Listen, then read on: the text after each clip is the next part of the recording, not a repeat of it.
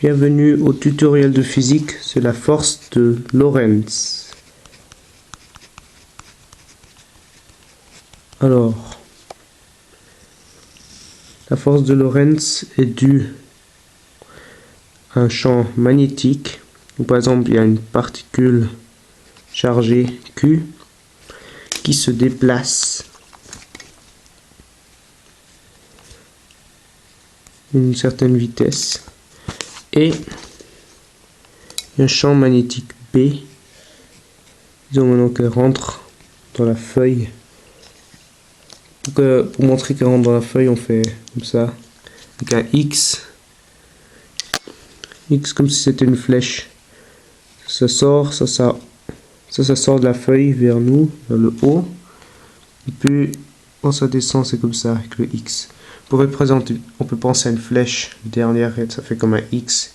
Et devant, c'est comme un point. Alors. Et puis, il y a la règle la main droite qu'on utilise pour savoir vers où la force de Lorentz sera. Donc, utilise la main droite. Le pouce, c'est la vitesse. L'index, c'est la force de... c'est le champ magnétique. Et le troisième doigt est pour la force de Lorentz. Donc ici, la force de Lorentz sera vers la gauche. Et c'est seulement si c'est une particule positive que c'est ainsi. Une particule négative, c'est l'inverse, ça va dans l'autre sens. Là par exemple, ça peut être un proton, et si c'est négatif, un électron. Alors, et là aussi, il y a un exercice dans le livre Électricité, chapitre 7. C'est l'exercice 6. Alors, un proton se déplace à vitesse de 2,45 fois 10 puissance 6 mètres par seconde dans une région de l'espace où règne un champ magnétique B égale 0,117 Tesla. La vitesse fait un angle de 134 degrés avec la direction du champ magnétique. Alors, c'est pas fini. Dessinez en perspective et à main levée les vecteurs vitesse, champ magnétique et force. Déterminer l'intensité de la force de Lorentz. Répondre aux questions A et B pour un électron se déplaçant à la même vitesse que le proton. Alors, ce qu'on sait, c'est la vitesse. Mais d'abord, on veut le dessin. Donc là, c'est en fait ça. Q. En fait, on a déjà notre dessin. Donc, je peux le laisser en même temps. Et on peut directement faire la liste de données. Alors, la vitesse est de 2,45 fois 10 puissance 6 mètres par seconde. Le champ magnétique B est égal à 0,117 Tesla. Et l'angle θ est égal à 134 degrés. On cherche la force de Lorentz Fl. Voilà. On a besoin d'une donnée. C'est la charge de proton. Ça se trouve à la page de constante dans la formule table. C'est la page 157. Et c'est déjà ouvert. Là, il y a la charge élémentaire qui est de 1,60218 fois 10 puissance moins 19 coulombs. On prend trois chiffres significatifs, donc 1,60 fois 10 puissance moins 19 coulombs.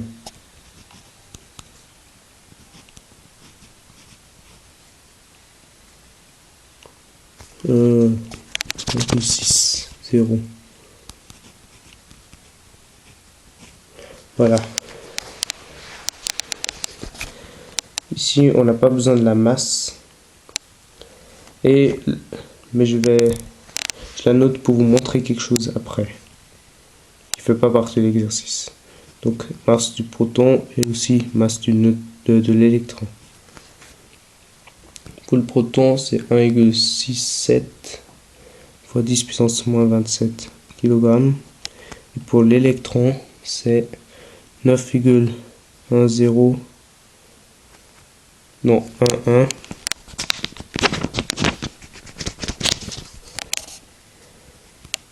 fois 10 puissance moins 31 kg. Voilà.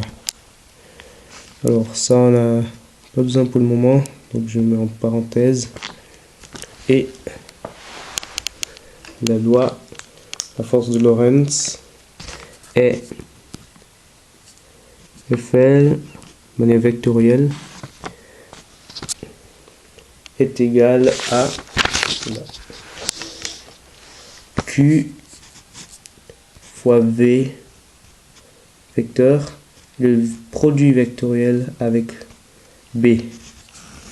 C'est-à-dire que il y a un angle droit forcément entre le vecteur vitesse et la force de Lorentz et aussi pour entre le vecteur champ magnétique et la force de Lorentz. C'est pour ça la règle des 3 doigts. Voilà. Donc,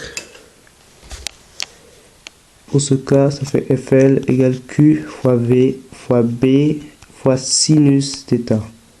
On prend l'angle et on remplace les lettres par le chiffre, ce qui fait 1,60 fois 10 puissance moins 19 coulombs fois 2,45 fois 10 puissance 6 mètres par seconde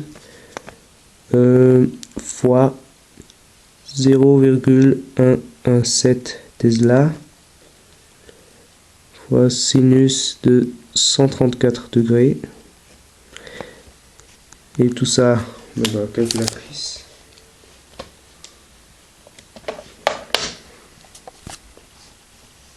« 1,60 fois 10 puissance moins 19 fois 2,45 fois 10 puissance 6 fois 0,117 Tesla fois sinus de 134 degrés. Et j'obtiens 3,3 fois 3,30 fois 10 puissance moins 14 newton. Et voilà la chose que je voulais vous montrer là. Elle est un peu gros. Et que la force de pesanteur est négligeable, complètement. Comme vous savez tous, je pense que elle est Fp égale m fois g.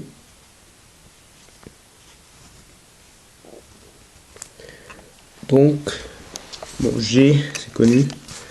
Les masses, on a déjà écrit. Et G, c'est égal 9,81 newton par kilogramme ou bien mètre par seconde au carré.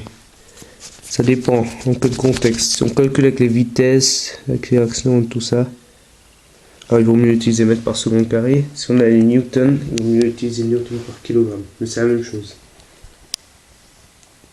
Alors, ici on cherche la force Fp qui est m fois g. D'abord je fais pour mp fois g, pour le proton, et ça me donne 1,67 fois 10 puissance moins 27 kg fois 9,81 newton par kilogramme. Donc FPP est égal à 1,67 fois 10 puissance moins 27 fois 9,81. Et on voit qu'on obtient 1,64 fois 10 puissance moins 26 newton.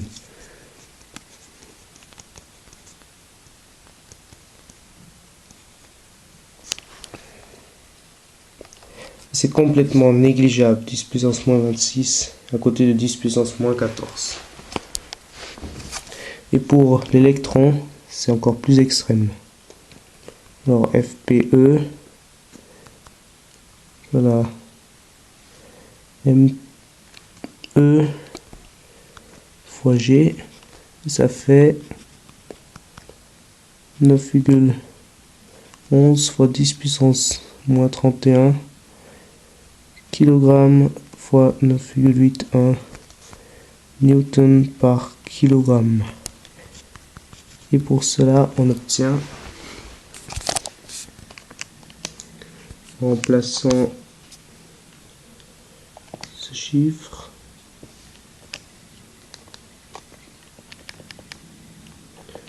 moins 31,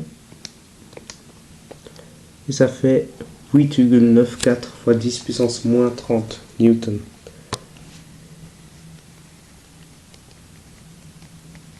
C'est vraiment négligeable. Vous voyez pourquoi on ne prend pas ça en compte dans l'exercice. Jamais il y a... On demande une fois, comme pour l'exercice 5 qui est un peu long, au-dessus.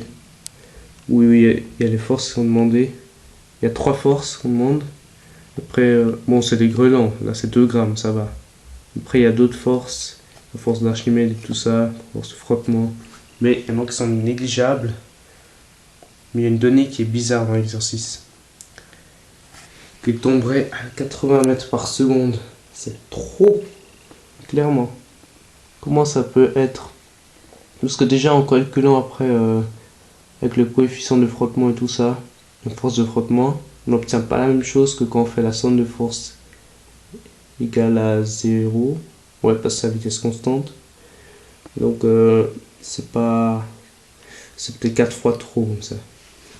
Alors, en tout cas, j'espère que la vidéo vous a plu et aidé. Et je vous dis ciao, à la prochaine fois.